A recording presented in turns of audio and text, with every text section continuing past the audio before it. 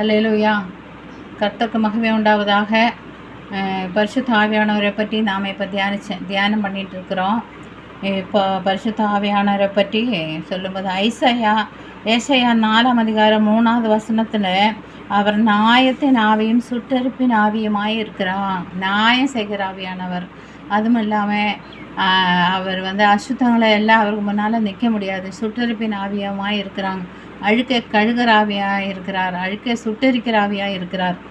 அடுத்ததாக ஏசாயா 11ஆம் அதிகாரம் 2வது வசனத்தில் சொல்லும் போது அவர் ஞானத்தின் ஆவியாக இருக்கிறாங்க, உணர்வின் ஆவியாக இருக்கிறாங்க, ஆலோசனையின் ஆவியாக இருக்கிறாங்க, பலத்தின் ஆவியாக இருக்கிறாங்க, அறிவின் ஆவியாக இருக்கிறாங்க. கர்த்தருக்கு பயப்படுகிற ஒரு ஆவியாக நமக்குள்ளே கிரியை செய்வார்.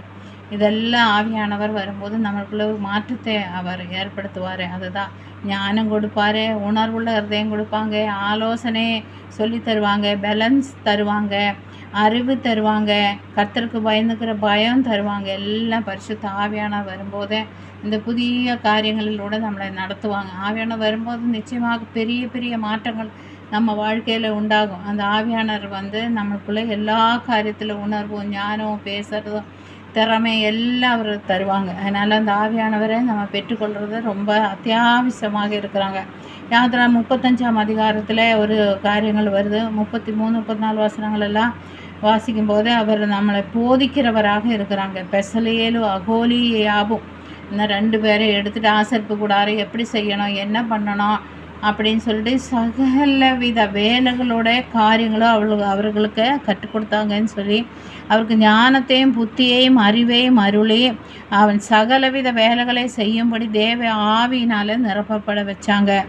அவன் இதயத்திலும் சித்திர வேலைகளையும் சிற்ப வேலைகளையும் இளநீல நூலாலும் இரத்தாம்பர நூலாலும் சிவப்பு நூலாலும் மெல்லிய பஞ்சி நூலாலும் செய்யப்படும் விசித்திர வேலைகளையும் சகலவித நெசவு வேலைகளையும் வினோதமான வேலைகளை யூகித்து செய்கிறவர்களுக்கும் நிறைவேற்றும் சகலவித வேலைகளையும் செய்யும்படி அவர்களுடைய இருதயத்தை ஞானத்தினால நிரப்பினாங்கன்னு சொல்லிட்டு அதை பெருசலேலும் அகோலி யாப்புக்கும் தேவன் இப்படியெல்லாம் விசித்திர வினோதமாக தையல் வேலைகள், நெசவு வேலைகள், இளநூல், இரத்தாம்பர பஞ்ச நூல், அப்படி எதுனாலும் என்னென்ன வேலைகளை செய்யணுமோ அத்தனை வேலைகளும் செய்யக்கூடிய ஞானத்தை அருளினார்.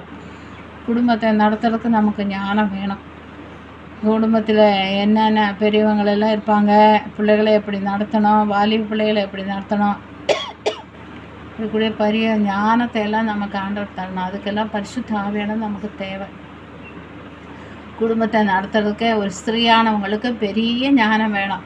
அப்போ தான் குடும்பத்தை சமாதானத்தோடு நடத்தி குடும்பத்தில் நல்ல ஒரு விளக்காக எழும்பி பிரகாசிக்க முடியும். அதனால் ஞானத்தின் ஆவி பரிசுத்த ஆவியானவர் இருந்தால் மட்டும்தான் இதெல்லாம் நம்மளுக்கு கிடைக்கும். இது நமக்கு ரொம்ப ரொம்ப முக்கியமாக இருக்குது. அதெல்லாமல் சக்கரியா 12:10 கிருபையின் ஆவியும் விண்ணப்பத்தின் ஆவியும் கொடுத்துருக்குறாங்க. நமக்கு கிருபை தேசு கிருபையாக நமக்கு கிருபையின் இயேசுவின் காலத்தில் இந்த இயேசு கிருபையை கொடுத்துருக்குறாங்க. அந்த கிருபையின் காலத்தில் தான் நம்ம இங்கே இப்போ இருக்கிறோம்.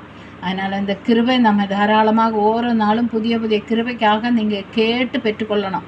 ஒவ்வொரு நாளும் அதிகாலையில் அவரோட புதிய கிருபை கொடுங்கன்னு சொல்லி கேட்டு பெற்றுக்கொள்ளணும். அப்போ தான் இந்த கிருபைக்காக நீங்கள் கெஞ்சணும், விண்ணப்பிக்கணும். அதாவது ஸ்திரீயானவள் ஆனாலும் சரி, குடும்பத்தை நடத்துக்கிறவங்கள யாரானாலும் பரிசுத்த ஆவியானவரை பெற்றவங்களை விண்ணப்பிக்க ஒருவன் இல்லைன்னு சொல்லி கர்த்தர் ஆச்சரியப்பட்டாங்க அந்த காலத்தில். இப்போ அப்படி இல்லை, விண்ணப்பிக்கிறவங்களை ஏராளமாக இருக்கிறாங்க. நம்ம அதிகமாக ஒவ்வொருத்தருக்காக நம்ம விண்ணப்பிக்கணும். யோபு தன் சிநேகிதருக்காக விண்ணப்பிச்சாங்க. அப்படி ஒவ்வொருத்தருடைய கஷ்டத்தை பார்த்து அவங்களுக்காக அவங்க சொல்ல மாட்டாங்க, எனக்காக ஜெபம்னு சொல்ல மாட்டாங்க. சொல்கிறதுக்கு முன்னால் நாமளே தெரிஞ்சு அவங்களுக்காக விண்ணப்பிக்கணும். அந்த விண்ணப்பத்தின் ஆவி பரிசுத்த ஆவியான நமக்குள்ளே இருக்கிறாங்க. அதனால் நம்ம விண்ணப்பிக்கணும், அவங்களுக்கு கிருபை கொடுங்கன்னு சொல்லி ஜெபிக்கணும். அதுதான் பரிசுத்த ஆவியான நமக்குள்ளே வந்தேனாக்கா, மற்றவங்களோட ஒரு பாரம் வந்தேனா, மற்றவங்களுக்கு ஒரு வேதனை வந்தேனா, அது நமக்கும் இருக்கிற மாதிரி அந்த வேதனையும் பாரமாக நம்ம எடுத்துக்கொள்ளுவாங்க. பரிசுத்த ஆவியானவர் நமக்குள்ளே அப்படி இல்லாமல் நடத்தப்படும். பரிசுத்த ஆவியானவர் நமக்குள்ளே அபிஷேகம் கொடுத்துருக்காங்க. அபிஷேகம் கொடுத்தோன்னா அவர் சில காரியங்கள் எல்லாம் அபிஷேகம் எதிர்பார்ப்பாங்க. அதாவது ஒரு வேலை கொடுக்குறவங்க வேலை செய்கிறவங்ககிட்ட எதிர்பார்க்குறாங்க. உண்மை நல்ல ஒழுங்காக வேலை செய்யணும், நல்லா எதிர்பார்ப்பாங்க இல்லையா? அதே மாதிரி பரிசுத்த ஆவியின் அபிஷேகத்தை கொடுத்துட்டவர் நமக்கு அபிஷேகத்தை கொடுத்துருக்காங்க. இவங்க என்ன பண்ணுவாங்கன்னு அவர் நம்மகிட்ட நிறைய எதிர்பார்ப்புகளை வச்சுருக்காங்க. நம்ம தாளந்தெல்லாம் கொடுத்துருக்காங்க. இதை மண்ணில் புதைச்சி வைக்கிறது ஆண்டவருக்கு பிரியமில்லாத காரியம் தானே. அதை பெருக பண்ணணும், அதை தான் செய்யணும். பரிசுத்த ஆவியானவரே நம்ம அவர் கொடுத்த அபிஷேகத்தை நம்ம பிரயோஜனம் மற்றவங்களுக்காக பிரயோஜனம் உள்ளதாக நம்ம உண்மையுள்ளவனு சொல்லி தான் கர்த்தர் ஊழியம் தராங்க. உண்மையுள்ளவனு கண்டு நான் ஊழியத்தை ஆண்டவர் நமக்கு கொடுத்துருக்காங்க. நான் பரிசுத்த ஆவியானவரை பெற்றுக்கொண்டிருக்கிற நாம் உண்மையாக அவருக்கு பிரியமாக நடந்து கொள்ளணும். நுகங்களை முறிக்கிற பரிசுத்த ஆவியானவர். பரிசுத்த ஆவியானவர் வரும்போது நம்மளோட கடன் தொல்லை, வியாதி தொல்லை, பிரச்சனை, சமாதானம் இல்லாத தொல்லைகள், என்னென்னவோ தொல்லைகள் எல்லாம் இருக்கும் இல்லையா? பாவ தொல்லைகளை அதெல்லாம் நுகங்கள் எல்லாம் முறிக்கும். பரிசுத்த ஆவியானவர் வரும்போது நமக்குள்ளே இருக்கிற நுகங்கள் முறிக்கும். ஐசாயா 10:27 இருக்குது. ஆவியானவர் வரும்போது நுகங்கள் எல்லாம் முறித்து போடுவாங்க. சகல சத்தியத்துக்குள்ளே நம்ம வழி நடத்துவாங்க. மற்ற மனுஷரை பார்க்கலும் பரிசுத்த ஆவியானவரை பெற்றால் நாம் விசேஷிக்கப்பட்டவங்கள்.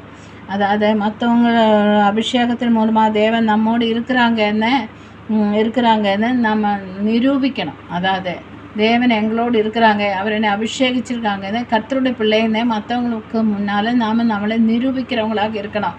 நாம் மற்ற உலகத்தாரை போல ரட்சிக்கப்படாதவங்களை போல நம்மளோட வார்த்தைகள் இருக்கக்கூடாது.